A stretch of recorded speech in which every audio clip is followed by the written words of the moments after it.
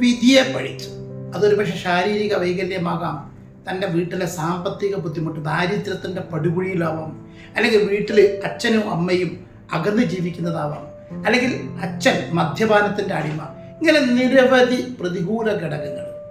ആ ഘടകങ്ങളിൽ അകപ്പെട്ട് വല്ലാതെ വിധിയെ പഴിച്ച് തനിക്കിനി ജയിക്കാൻ പറ്റില്ല, തന്നെ കൊണ്ട് തൻ്റെ ജന്മം നഷ്ടപ്പെട്ടു, തൻ്റെ ജനതം പാഴായി കഴിഞ്ഞു, തൻ്റെ ജന്മം എന്നൊക്കെ ചിന്തിക്കുമ്പോഴാണ് നിരവധി ഇതിഹാസങ്ങൾ, നിരവധി ആളുകളുടെ കഥകൾ നമ്മെ പഠിപ്പിക്കുന്നത്.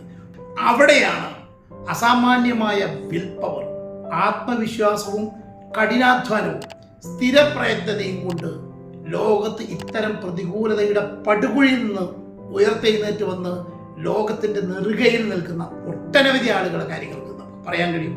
നമുക്കറിയാം, ഇന്ന് ലോക ഫുട്ബോളിൻ്റെ നെറുകയിൽ നിൽക്കുന്ന ക്രിസ്ത്യാനോ റൊണാൾഡോയുടെ കഥ. അദ്ദേഹത്തിൻ്റെ ജീവിതം ഗർഭസ്ഥ ശിശുവാകുമ്പോൾ പോലും തൻ്റെ കുഞ്ഞിനെ കൊല്ലാനുള്ള അമിത മദ്യപാനം കൊണ്ട് ദാരിദ്ര്യത്തിൻ്റെ പടുകുഴിയിലാവുമ്പോൾ ആ കുഞ്ഞിന് ജന്മം നൽകിയാൽ പോറ്റി വളർത്താൻ കഴിയില്ലെന്ന ധാരണയിൽ ഗർഭസ്ഥ സമയത്ത് തന്നെ നശിപ്പിക്കാൻ ശ്രമിച്ച അമ്മയുടെ കഥ പറഞ്ഞു തരുന്നു. ആ അവസ്ഥയിൽ നിന്ന് പോലും പ്രതികൂലതയോട് പൊരുതിക്കൊണ്ടാണ് ക്രിസ്ത്യാനോ റൊണാൾഡോ തൻ്റെ ജന്മമെന്ന് നമ്മൾ അടയാളപ്പെടുത്തുന്നു. തീർന്നില്ല. മദ്യപാനിയായ അമ്മ, മദ്യപാനിയായ അച്ഛനും സഹോദരങ്ങളും ഒക്കെ ദാരിദ്ര്യം അവരുടെ ജീവിതത്തിൻ്റെ മുഖമുദ്രയാക്കിയ സമയത്ത് തെരുവിൽ തൻ്റെ അമ്മയോടൊപ്പം തൻ്റെ അച്ഛനോടൊപ്പം തെരുവിൽ യാചനയുടെ രീതിയിൽ ജീവിതത്തിൻ്റെ ശൈശവം കഴിച്ചു കൂട്ടിയ ക്രിസ്ത്യാനോ റൊണാൾഡോ വിദ്യാഭ്യാസ സമയത്ത് തൻ്റെ സ്കൂൾ ജീവിതത്തിലൊക്കെ ഫീസ് അടക്കാൻ കഴിയാത്തതിന് ഇവരുടെ ക്ലാസ്സിൽ നിന്ന് പുറത്താക്കപ്പെടാം. നമുക്കറിയാം, ഈ രീതിയിൽ അവഗണനയുടെ വ്യത്യസ്ത രൂപങ്ങൾ അനുഭവിച്ചു.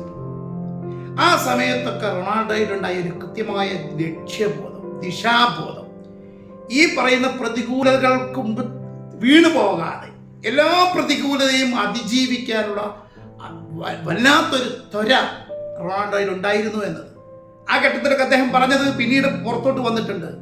ആ സ്കൂളിൽ നിന്ന് പുറത്താക്കുമ്പോൾ മൂങ്ങിക്കരഞ്ഞ് വല്ലാതെ തളർക്കുന്നതിന് പകരം ഒരിക്കലും ഞാൻ ഈ സ്കൂൾ വാങ്ങുമെന്ന് അന്ന് ഈ ക്രിസ്ത്യാനോ റൊണാൾഡോ പറഞ്ഞിരുന്നു എന്നൊക്കെ പിന്നീട് ചരിത്രത്തിൽ കാണാം. എന്നാൽ ആ സ്കൂൾ വാങ്ങുക എന്നല്ല, ഇന്ന് ആ രാജ്യത്ത് ഒരു എയർപോർട്ട് അദ്ദേഹത്തിൻ്റെ നാമധേയത്തിൽ അറിയപ്പെടുന്നു എന്ന്. ആ ഒരളവിലോട്ട് ഫുട്ബോൾ എന്ന ഇതിഹാസത്തിലേക്ക് വന്ന് ഫുട്ബോളിലൂടെയാണ് അദ്ദേഹം ജയിക്കുന്നതെങ്കിൽ നമുക്കറിയാം, എല്ലാവരും ഒരു ഫുട്ബോളിലോ അല്ലെങ്കിൽ ഏതെങ്കിലും ഒരാൾ വിജയിച്ച അതേ പാതയത്തിൽ തന്നെ നമുക്ക് എത്താൻ കഴിഞ്ഞുകൊള്ളണമെന്നില്ല.